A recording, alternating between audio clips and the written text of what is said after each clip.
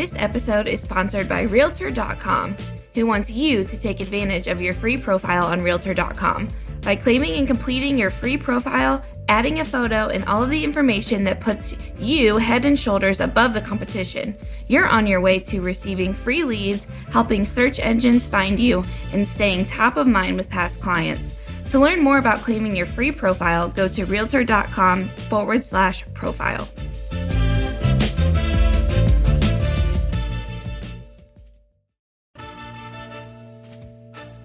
Welcome to the Real View podcast, where Ohio Realtors connect you to innovators and influencers, keeping you with the real view of real estate. Whether you're a broker, agent, first-time homebuyer, industry leader, or just happen to stumble upon our podcast today, you can expect to hear tips, tools, tricks, interesting information, and so much more from the experts in Ohio's real estate game.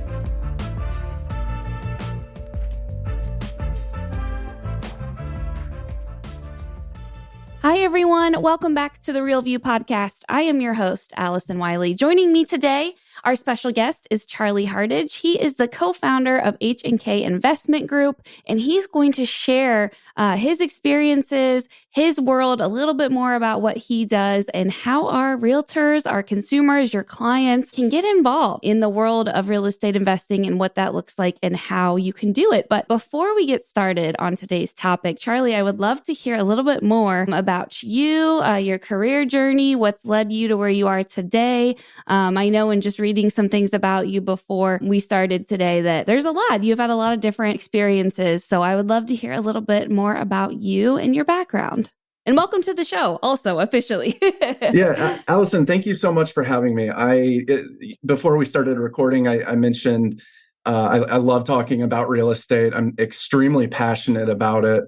And hopefully the audience can hear that in my voice and all that, because I truly think real estate is the best way to build wealth and provide so many different experiences and opportunities, whether you're a realtor, an investor, whatever. But yeah, thank you so much for having me. I'm actually based in Nashville, Tennessee. I grew up with a middle-class mindset, which the way I describe that is, get a good job or go to school, do well in school to go to a good university so you can get a good degree, so you can become a great employee and you can climb that corporate ladder. And that's kind of how I grew up. Debt is terrible. It's the worst thing in the world. Pay off your debt, all that. The only investing that I was supposed to do is IRAs, 401ks, and stock mutual funds. And after college, I got a job working for a very large computer company here in Nashville. Loved it, but I wasn't really fulfilled. I joined the military. I was 25 years old. I joined the military. That was great. That was going to be my career. But in 2012, I actually got shot. And so I was medically retired in 2014. But in 2012, I read Rich Dad, Poor Dad. And that totally opened my eyes. I was so hooked on real estate. It was ridiculous. I was reading books, listening to podcasts, all that. And I actually got my real estate license here in Tennessee. Did that for a couple years, learned so much about it. I also learned I didn't want to do that full time because I had a young daughter at the time and wasn't able to see her. Obviously, there's a lot of emotions that go on with residential, but I still knew I wanted to invest in real estate long term. I joined the IT world, IT sales. Did that for another 7 or 8 years. And about a year and a half ago, I actually left my day job. And now I'm a full-time real estate investor in apartment complexes. Yeah, thank you for a little bit, of your story. And as I mentioned, as I was reading about you, I said, oh my God, this guy has a really cool story and just some really great life experiences. Thank you for your service and for everything that you went through, as a member of the military. We appreciate it. And now you are where you are today as co-founder of the H&K Investment Group. Tell me a little bit about what that was like, how you decided, you wanted to do that, and share a little bit about what you guys do. I'll actually kind of go back to about 2012 when I read Rich Dad, Poor Dad. I knew real estate was the answer for me. I didn't want to work for someone forever. even though I grew up in that middle class mindset, I knew it was real estate. I didn't know what niche. Your audience knows this probably just as well as I do. And there's so many ways to invest in real estate. There's so many ways to be a part of real estate. And that's one of the reasons I love it.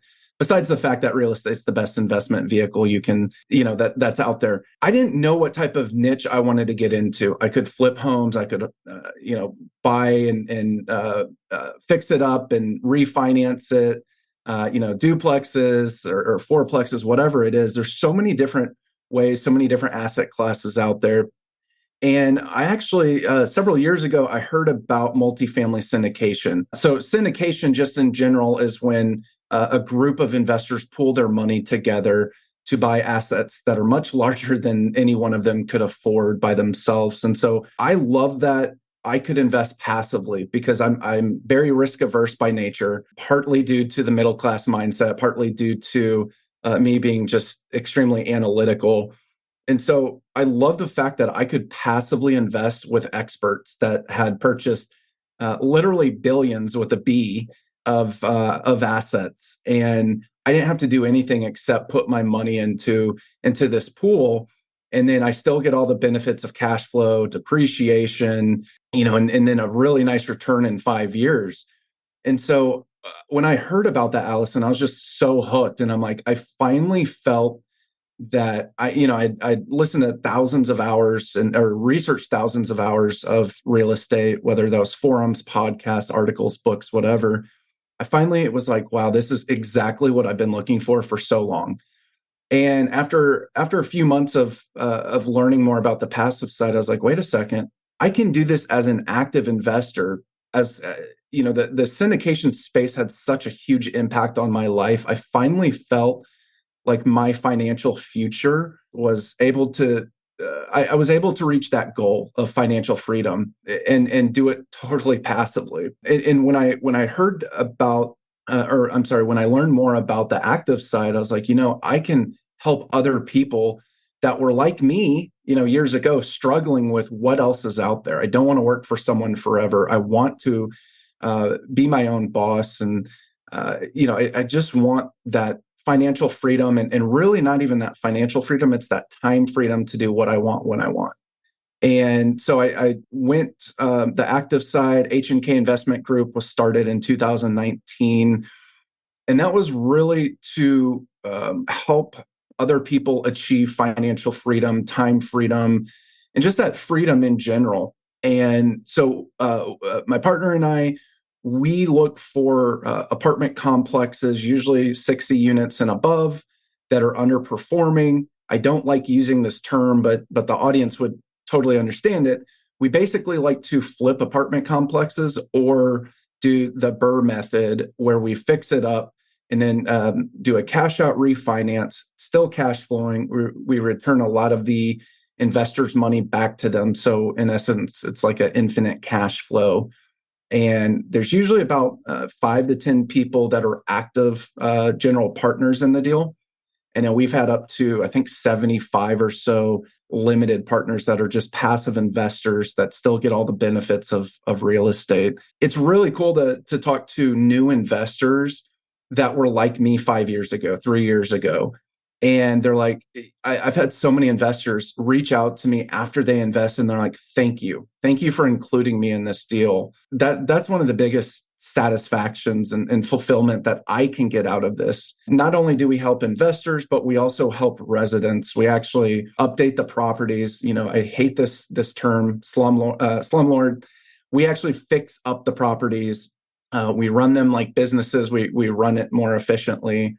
And we've had a lot of residents just be so much happier because we don't have leaks or we fix leaks, right? We don't just leave them there. We fix maintenance issues and we just make it more of a community as opposed to an apartment complex. Yeah, no, thank you for that. I think it's really great, what you've been able to do. And just like you said, the ability to create what you want, not have to work for somebody, be making money, without some of the restrictions that exist, in other career paths. I mean, there's so many benefits and opportunities when we talk about investing and things like that. But there's something that you said about the taking risks, and you're like, I'm not a person that does that. And that made you feel a little bit uncomfortable, but there is so much risk taking, in a business like this. Why is it so important to you to take risks? And if there is someone like you who's kind of, afraid of that, or it makes them feel uncomfortable, how did you work through that? And why is it so important to be taking those risks? For years. So in 2012, I read Rich Dad, Poor Dad.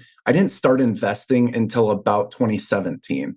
So in those 5 years, and that was actually single family homes. I didn't actually get into multifamily until 2019. In that single family home wasn't even a home I bought as an investment property. It was the accidental landlord, right? We owned it, then we moved out and rented it. So I don't really even include that 2017 property as me really getting into real estate, because it was a home we owned, we moved out, and we rented it. So Allison, from 2012, when I read Rich Dad, Poor Dad, to really 2019, that 7-year span, I was just learning so much I could about real estate, but I wasn't focused on one niche or one investment strategy. And probably the last few years, 2016, 2017, 2018, I kept asking myself, what is the cost of inaction? And I still have a Post-it note on my computer screen that I look at every single day. It says, what is the cost of inaction? And I knew what I was doing was not going to work for me long term. And what I was doing was learning about real estate and not taking action whatsoever. And so when I started, honestly, it was eating at me. It was really upsetting me. I didn't feel like I was living up to my potential. I knew real estate was my path forward. I knew real estate would provide for my family. I just didn't know how or what or why or when or who. And so, but that voice and that two sayings that what is the cost of inaction and what I'm doing right now is not working for me. I knew I had to take a risk, or at least for me, it was a risk, a risk. But in 2019, I was applying for grad school, and something changed in my mind. And it was, what is my biggest weakness? And my biggest weakness was not taking risks. And for me, that was just so hard to overcome. I didn't feel like I financially had this money or the finances to take a risk, whether that's buying a home and trying to flip it, or buying a home and just renting it out. What happens if everything goes wrong? I think that is a lot of people's mindset.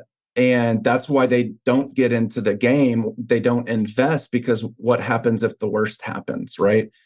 And so because I didn't take those risks, I never had those big failures, and I never had those learning experiences from those big failures. And for me, when I heard about the multifamily syndication and I could passively invest with experts, to me, I was like, wait a sec, there's not really a big risk here. Sure, there's risks in all investment. So I'm not saying that multifamily syndication, there's no risks whatsoever. But I didn't have to be the expert. I didn't have to find the deal. I didn't have to do the rehab. I didn't have to find vendors and lenders, insurance, all that. So for me, I felt like that was such, the best thing I could do to mitigate risks is investing with experts who had already done it, $3 billion of acquisitions before. And so for me, I finally felt like, okay, this is a calculated risk, which is a big difference than a risk, because I knew I was investing with experts. They knew what they were doing. And sure, there's risks in that investment, but at least they knew how to mitigate it. So for me, I felt like, yeah, it was a calculated risk. And it was something that I could finally say, okay, I can get rid of that thing in my mindset of what is the cost of inaction, because I'm taking action, being able to invest with absolute experts in their field.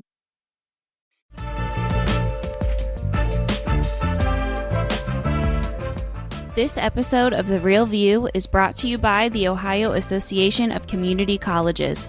Ohio's network of community colleges provides accessible training that accommodates the busy lifestyles of aspiring real estate professionals at half the price of a traditional university. With convenient locations in every part of the state, as well as online options, Ohio's community colleges are your smart choice for pre-licensing education. For more details or to start the journey to a real estate career, visit the education page at ohiorealtors.org and then click on the pre-license course locations.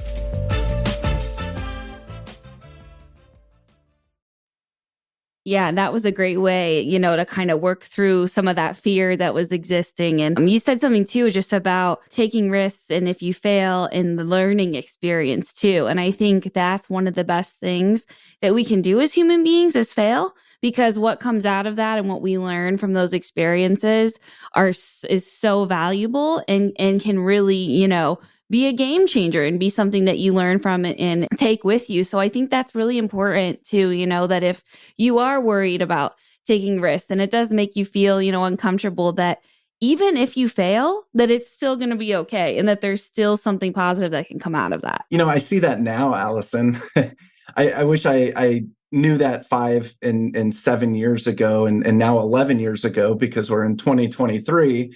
And I read Rich Dad, Poor Dad in 2012, but it is so true. And I think the biggest thing, for the audience that is maybe like I was years ago, it's okay to fail, right? Because it's okay to fail, but it's not okay to fail and give up, right? It's okay to fail, but learn from those failures, use those failures as a absolutely phenomenal learning experience, because you're able to get, I hear on podcasts, I hear other people with these, what I would consider, or years ago, I would consider this, air quotes, but this massive failure.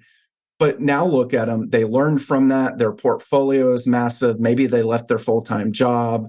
They're semi-retired, whatever it is. They have a massive real estate portfolio. If they didn't take action, they wouldn't have failed and they wouldn't have learned from it and they wouldn't have this massive portfolio. Maybe they'd be at a dead-end job or a job that is super stressful for them. Maybe they would have invested in something else. But, taking a calculated risk, if you are risk averse like me, I still am, by the way. Mm-hmm. But if you take these calculated risks and you start investing with experts and you partner with experts, to me, that mitigates a ton of risks. And there's still going to be risks, but they're calculated, they're mitigated as much as possible. Would you say that's a good place to start if you are just looking to get involved in this, if you've never done anything like this before, if you're brand new to this world of real estate and investing? Would you say that's a good place to start? Or what advice would you give to people who are considering but have never really taken that step forward? I actually think it's, for me and for a lot of people, I think that syndications are the best place to start, because you can start completely passively, right? Most of our passive investors have never been to the properties, right? Never even set foot on the property, because that's what our team does. We actually handle the property. We handle the underwriting, the acquisitions, the asset management. We're running the deal. They don't even have to answer calls from tenants and deal with toilets, termites, and things like that. It's a great place to start. But then what's even better about it is, let's say someone does want, maybe they're like me and they want to get in the game. They don't know how. You can start there, just passively investing. And then now your money is working for you instead of you working for your money. And so while your money is working for you, you can learn. We send emails out to our passive investors every month. Here's the overview of the property. If any of our investors have questions, I love talking to them, because going back to what I said 10 minutes ago, Allison, this had such a huge impact on me and my partner and so many other people, that I love sharing what we do, how we do it. And so, maybe they want to become an active investor long-term.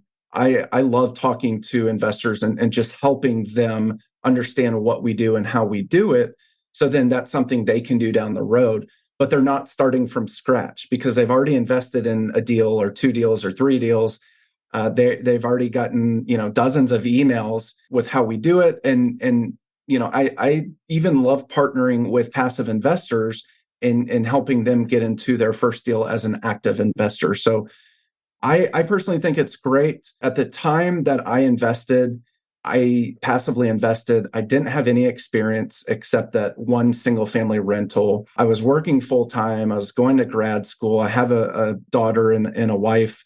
So I didn't have all this extra time. So for me, I was working, 40 hours a week, 20 hours with grad school, and I was finally able to let my money work for me. So I think, depending on where you are in life, yeah, I absolutely think that syndications and, with what we do in multifamily with apartment complexes, everyone needs a place to live.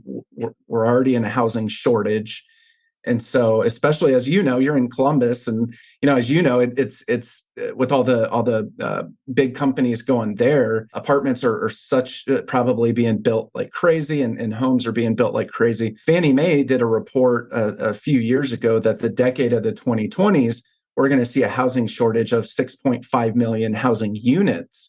That's only getting worse because of COVID, in my mind, because everything was delayed. The cost of lumber went skyrocketed, right? It went up, I think, 3 or 4 or 5x. Now it's come back down, but the cost of inflation, a lot of builders have to charge a ton of money or they're not building. So that 6.5 million housing unit shortage, in my mind, is probably going to be close to 7.5 or 8 million, unless the government does some drastic measures, which I don't think they're going to do anytime soon. I think it's a great time to get into real estate, especially housing, whether that's single family or multifamily, because it's just such a shortage in our nation, excuse me. And you can do it passively. And like you said, it's only going to get more and more important as we deal, kind of with the fallout and, the outcome of that shortage. It's a really great time for all those reasons you mentioned. And like you said, I know we are feeling the crunch very much so in Ohio. It is something that, our government affairs team is actively, working on, and we're providing, testimony almost every other day. And we're talking to these legislators, just letting it be known that, this is a real problem and we need some real solutions. So definitely something to keep our eye on, but a huge opportunity for people like you and other investors to get involved as we continue to see the importance of housing increase in the next couple of years. Yeah, absolutely. But it's also one of the other things you talk about too, is that you don't have to be super wealthy in order to do this, that the average person can get involved in this, can make it a career, can, be successful at it. Talk to us kind of about your perspective on that and how normal people can invest, like someone who, is making millions of dollars. Tell us about your perspective on that and what that looks like. This is probably one of my favorite topics, only because most people have never heard of the syndication space. It's been around for a while, but really only about 10, 12 years ago is when the quote unquote everyday person can invest. And you don't have to be a millionaire. You don't have to be a billionaire to invest like millionaires and billionaires. What's so amazing about it, Allison, is, when I first invested in multifamily, my net worth wasn't even $500,000, right? And I was working some, dead-end jobs, and we had some money saved up. But I was able to invest in these properties because of some changes that the government made. I think it was 2011 or 12. I don't remember. But now with this syndication space, we can do what's 506B, as in boy, and we can have what's called sophisticated investors who understand real estate a little bit, but their net worth is not over $1 million. And, the net worth side of it is important because I believe before 2011, 2012, your net worth had to be over $1 million, or you had to make $200,000 to $300,000 a year, depending on if it was you or your spouse. And not everyone does that. Even today, as inflation, and jobs salaries have gone up, doesn't mean people are just automatically making $200,000 to $300,000 a year. And so it's really nice that the everyday person, and I say this as tongue in cheek because this was also me, but the peasants out there, right, can actually invest in some of our investments. We have first generation immigrants who only made, $50,000, $60,000, $70,000 a year. We have teachers, we have librarians, We do have doctors and lawyers as well. We have IT professionals, both sales, engineers, and things like that.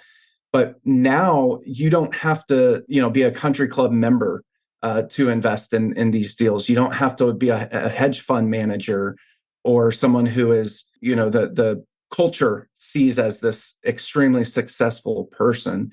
And I just love that so much. And going back to what I was saying before, a lot of our new investors, they come back and say, thank you so much. Even to this day, and we've owned some properties for almost 3 years. Even today, they'll call or text me monthly or every 6 weeks and say, thank you so much. This is, such an amazing opportunity for my family. And I now feel like my retirement and my future is in my control, not someone else's control. And you can still work full time while doing this because you don't have to do anything. It's a passive investment. You read the emails that we send out monthly, might take 10 to 15 minutes. And if you have questions, you can contact me or my team and we'll go through them, spend 30 minutes or an hour with you, just making sure you understand what's going on. And so it's like I said, Allison, it had such a huge impact on me and I wanted to share that impact with other people. And I think the biggest thing that I love about this is, it's helping me and my family, but it's also helping other families invest.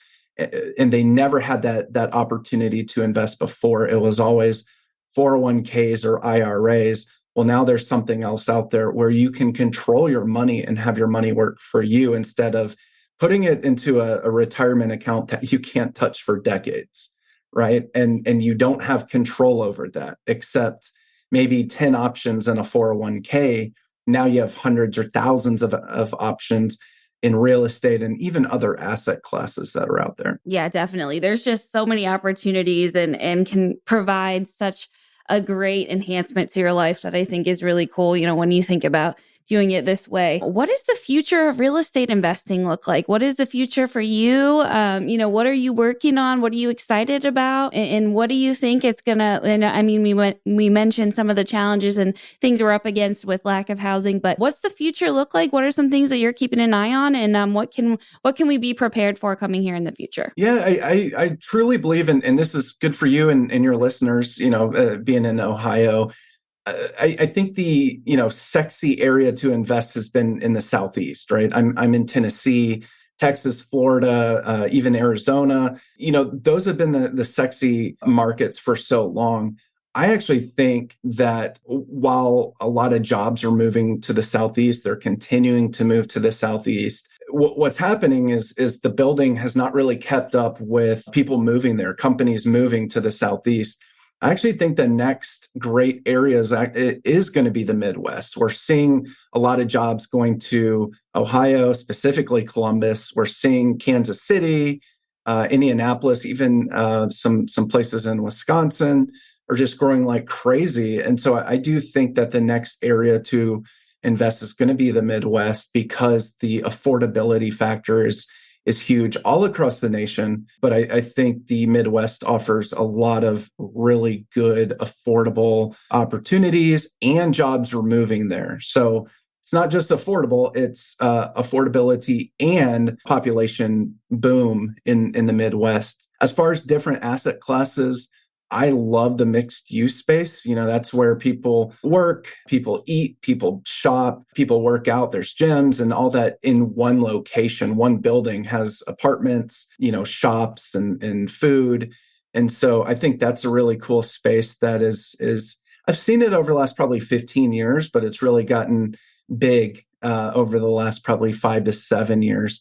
I really like that space. I love self-storage as well. I do think going back to the affordable housing, mobile home parks are actually a really good investment because people think that mobile home parks are, and again, I don't like this term, but trailer trash. And that's not at all true. Maybe that's what you see, but those are the slumlords that run those. They don't take care of the property. I would never live in those trailers personally, but I would live in a mobile home park that's actually ran, professionally and nice, because those are, becoming good retirement homes, retirement communities as well. And with all of our assets that we own, I want it to be a place that we could live, that my family could live. And so mobile home parks are great, good cash flow there. So there's a lot of even RV parks. With COVID, a lot of people started getting outside and getting campers. My wife and I did included, but it's just a great space to be outdoors and be with family. So I think those are some asset classes that are definitely on the rise and will continue to rise. Yeah, no, I know. We just had an episode go out about manufactured homes and what that looks like and how to get involved in that. It is a great solution to that affordable housing. So absolutely. Well, Charlie, this was so fantastic. Thank you so much for joining me today. Thank you for sharing your experience and your passion. You can definitely tell it's something that you love doing. It comes across, in speaking to you. So thank you for your time and for all that you do and for sharing a little bit about your world with us. Absolutely. Thank you so much for having me on. I love talking about real estate, love talking about how